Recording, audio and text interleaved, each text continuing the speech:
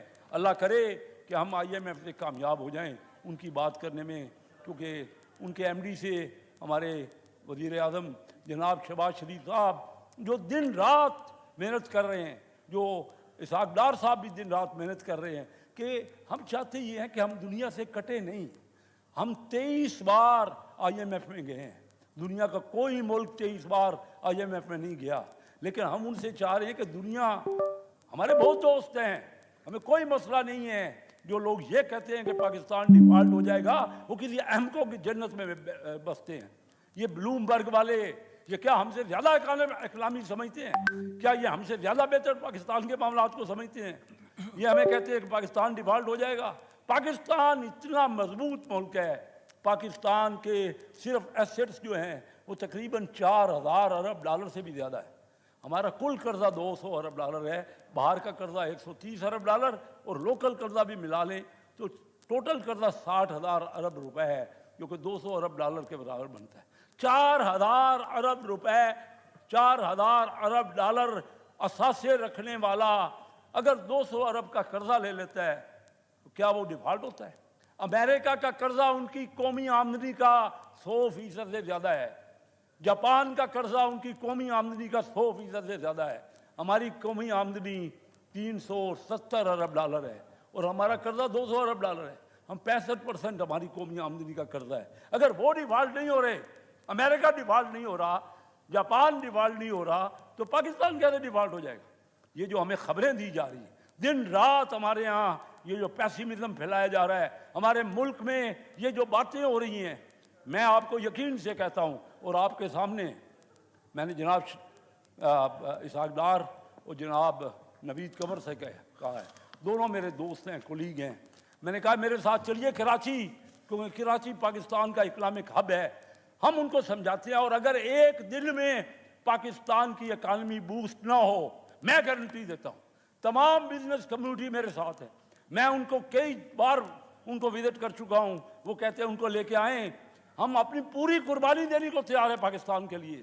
ہمارا بزنس کے لوگ بڑے سنسیئر ہیں، ہم لوگ باہر جا کے بزنس کرنے سے پاکستان میں بزنس پریفر کرتے ہیں، لیکن ماحول تو ہم بہتر بنائیں۔ ہمارا بیوروکریٹ جناب اسپیکر، کل ہی آپ نے دیکھا کہ ایک فیسیلیٹیشن کی میٹنگ ہوئی، وہ فیسیلیٹیشن کی میٹنگ میں ہم نے طے کیا کہ ہم اگلے سالوں میں کیا کریں گے۔ وہ کہتے ہیں جی ون ونڈو بنائیں۔ جناب اسپیکر 40 سال تو ہو گئے مجھے سنتے ہوئے کہ ون ونڈو، جس جگہ کوئی فیکٹری والا کاغذ لے کے جاتا ہے وہ پاس ہی نہیں ہوتا، کسی کو اجازت نہیں ملتی، کسی بار والے کو کوئی فیسیلیٹیٹ نہیں کیا جاتا۔ میں نے خود کام کیا ہے کوٹرا سے۔ کوٹرا جب شروع میں کوریا آگے بڑھنے لگا، چائنا کو تو میں نے آپ کو ذکر کر ہی دیا، کوریا نے بھی ہم سے جا کے پلاننگ سیکھی۔ جب 60s میں ایوب خان کے پیریڈ میں ہمارے پلاننگ کمیشن کے ڈاکٹر محبوب الحق تھے، تو انہوں نے اپنے بچے بھیجے ٹرین کرنے کے لیے، پاکستان آگے جا رہا ہے، یہاں کے سمجھ کے آؤ کہ کیسے پاکستان کی پلاننگ اچھی ہے، تو ہم نے ان کو پلاننگ دی۔ اور آج ہم کوریا میں کوئی ایک بچہ بھیجنے کے لیے بار بار کہتے ہیں، ہم اپنے حلقوں میں جاتے ہیں تو کہتے ہیں کہ ہمارا کوئی بچہ بھیج دیں تاکہ اس کو کوئی جاب مل جائے وہاں۔ تو کوریا کو بھی پلاننگ ہم نے دی۔ تو میں یہ کہہ رہا ہوں کہ ان تمام ملکوں کو، انڈیا میں نے آپ سے بتایا ابھی جناب اسپیکر صاحب کہ انڈیا میں جب منموہن سنگھ وزیر خزانہ تھے، اس وقت یہاں پہ ڈاکٹر محبوب الحق صاحب وزیر خزانہ تھے اور میرے بڑے قریبی دوست تھے۔ تو ہوا کیا کہ بار بار منموہن سنگھ فون کر کے پوچھتے تھے کہ پاکستان آگے جا رہا ہے۔ اس وقت پاکستان کی کرنسی انڈیا سے بہت مضبوط تھی، ان کی پاپولیشن 6 گنا تھی لیکن ان کی ٹوٹل آمدنی 4 گنا تھی۔ آج وہی انڈیا 14 گنا ہو گیا جو ہم سے تھے۔ ہم نے چائنا کو بتایا، ہم نے کوریا کو بتایا، ہم نے انڈیا کو بتایا، بنگلہ دیش تو ملک ہی ہمارا ایک پارٹ تھا، آج دیکھیے کہ بنگلہ دیش کہاں پہنچ گیا۔ تو جناب وزیر اعظم، ہم اپنا کانفیڈنس دلائیں۔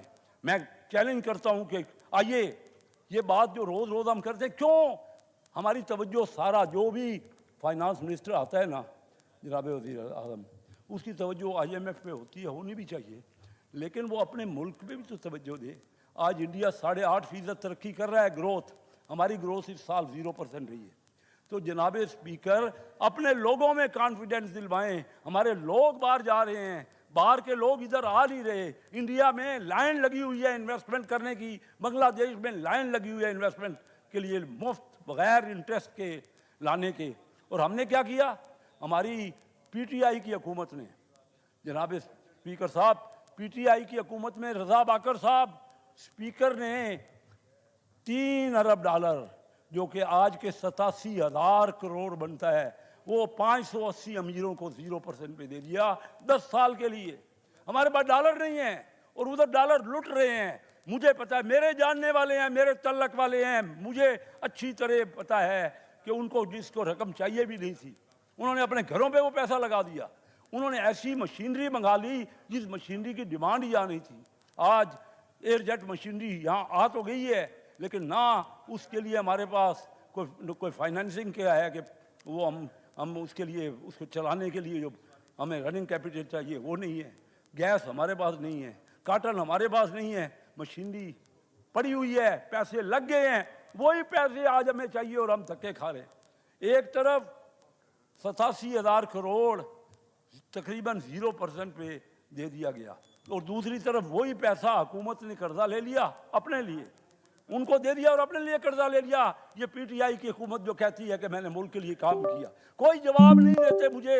میں بار بار ان سے پوچھ رہا ہوں کہ وہ پیسہ آپ نے کیوں امیروں کو دیا، اور کون سے امیر ہیں، اور ان کا نام بتائیں اور ان کا اماؤنٹ بتائیں کہ کتنا اماؤنٹ آپ نے دیا۔ وہ پیسہ خود 15 اس وقت قرضہ لے لیا، اور آج 15,000 کروڑ روپے اس قرضے پہ سود دے رہے ہیں، اور وہی سود آج غریب آدمی پہ یا عام آدمی پہ آج ٹیکس لگے گا۔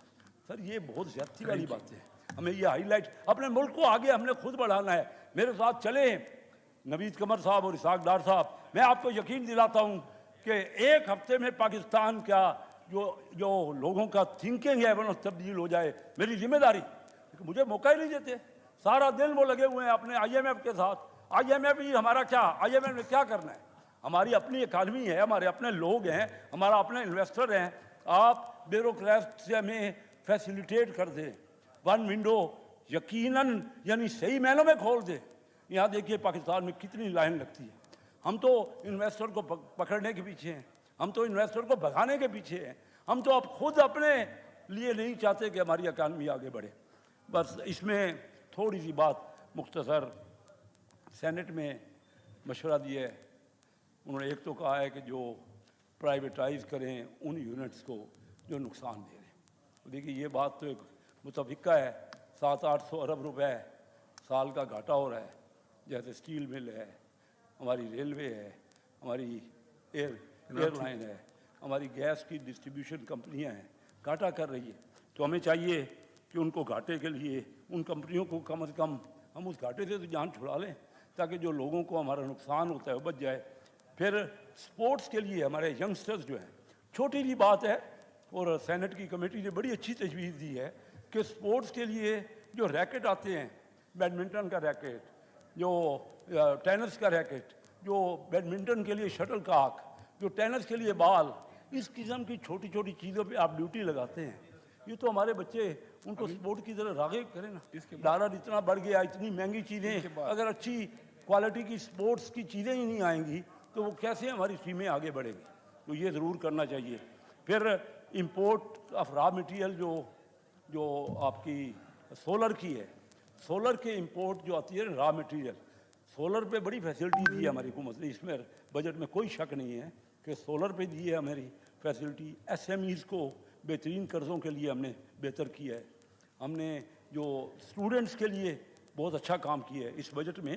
میاں شہباز شریف صاحب اور ان کی ٹیم نے بہت محنت کر کے، اور میں اسحاق ڈار صاحب اور نوید قمر صاحب کا نام خاص طور پہ لیتا ہوں کہ ان کی پوری ٹیم نے یہ کام کیے ہیں، جو کہ کام نظر آتے ہیں۔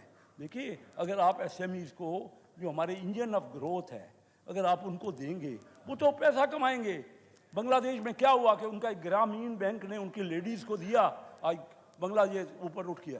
اس کے بعد ان چیزوں پہ میں کہتا ہوں را مٹیریل پہ اور انکم ٹیکس میں ایک تجویز ہے سینٹ کی, بڑی اچھی تجویز ہے کہ 5 سال بعد بھی ایف بی آر جس کا چاہتا ہے کھول دیتا ہے کھاتے. وہ 5 سال کتنے ہم عرصے سے کھاتے رکھے, 5 سال تھوڑا پیریڈ ہوتا ہے, 5 سال تو ان کو سمجھ نہیں آتی. پھر کوئی کسی کا کوئی مخالف آ جاتا ہے, وہ شکایت کرتا ہے, 5 سال بعد بھی بھائی سارے کھاتے لے کے آؤ, ساری ڈیٹیل لے کے آؤ. 5 سال کے اندر کیا ہے, ایف بی آر کو کیا تکلیف ہے کہ 5 سال کے اندر نہیں کر سکتے.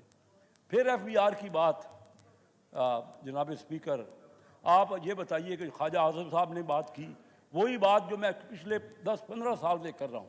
ہمارے یہاں 4000 ارب روپے, جو کہ 100 ارب روپے روزانہ کی مس اپروپریشن, اسمگلنگ, کرپشن اور یہ جو انڈر انوائسنگ, یہ سب روز کا 100 ارب ڈالر.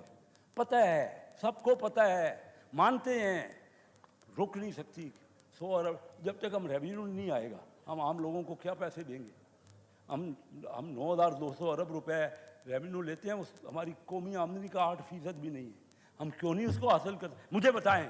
میں اسپیکر صاحب آپ کو گارنٹی سے کہتا ہوں کہ ہمیں پتہ ہے کہاں لیکیج ہو رہی ہے. ٹیمیں ہوتی ہیں, ٹیمیں. ہم اگر یا تو جان بوجھ کے چاہتے ہی نہیں ہیں, یا تو بات یہ ہے کہ ہم نہیں چاہتے کہ امیر آدمی کو اور جو کرپشن کر رہا ہے یا جو مل جل کے یعنی بیوروکریٹ کے ساتھ جو بزنس مین اور یہ جو کورٹوں نے روکے ہوئے ہیں, کورٹوں نے ہزاروں کیسز روکے ہوئے ہیں جو کہ فیصلے ہی نہیں کرتے تاکہ ریونیو حاصل ہو. سر ہم اپنے ملک کے خود دشمن کیوں ہو رہے ہیں؟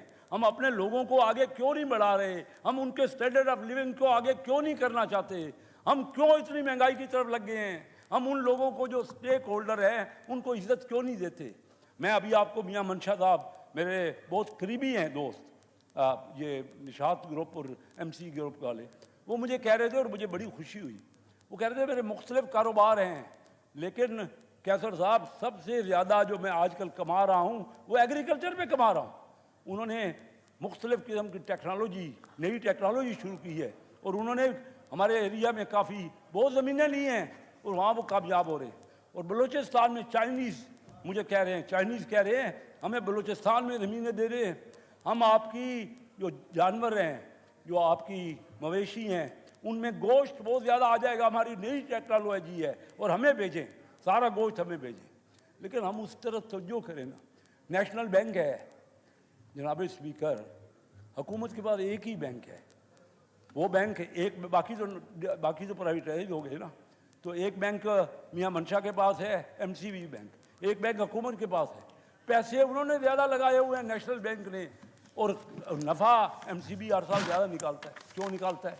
ان کو کون پوچھنے والا ہے؟ ایم سی اب نیشنل بینک میں 15 مہینوں سے اس کا صدر ہی نہیں چنا گیا. کیا وجہ ہے بھائی؟ صدر ہی نہیں ہوگا تو بینک کیسے چلے گا؟ ایگریکلچر بینک کا صدر ہی نہیں ہے, صدر ہی نہیں ہوگا تو ایگریکلچر بینک لون کیسے دے گا لوگوں کو؟ ہمارے یہاں جو کمپٹیشن کمیشن ہے اس کا 15 مہینوں سے 5 ممبروں کا بورڈ ہے, 4 ممبر ہی نہیں ہے. تو یہ توجہ فائنانس والے ادھر بھی تو کریں نا ملک کی طرف. بالکل بات, شکریہ آپ کا, آپ نے بہت مجھے دیا. میں اپنے علاقے کے لیے یہی کہنا چاہ رہا ہوں کہ ہماری سڑکیں خراب ہیں. لوگ کیونکہ فرنیچر لینے کے لیے آتے ہیں, فرنیچر کے لیے چنیوٹ ایک بڑا مشہور جگہ ہے. سڑکیں خراب ہیں, ہم کروا رہے ہیں کچھ جو آپ نے فنڈز کے لیے کوشش, لیکن سڑکیں ارد گرد کی تمام خراب ہیں. فیصل آباد سے چنیوٹ, پنڈی بھٹیاں سے چنیوٹ, لالیاں سے چنیوٹ, یہ ساری سڑکیں. ہم چاہتے ہیں کہ چنیوٹ ایک تاریخی شہر ہے, اس کے لیے میں کچھ کہتا ہوں کہ آپ سے گزارش کروں گا, کیونکہ آپ کا ماشاءاللہ جو آپ بات کرتے ہیں وہ ضروری مانی جاتی ہے, تو آپ بھی ہمیں مدد دیں اس میں کہ ہماری سڑکیں بہتر ہو جائیں. بہت بہت شکریہ سر. Thank you, جناب.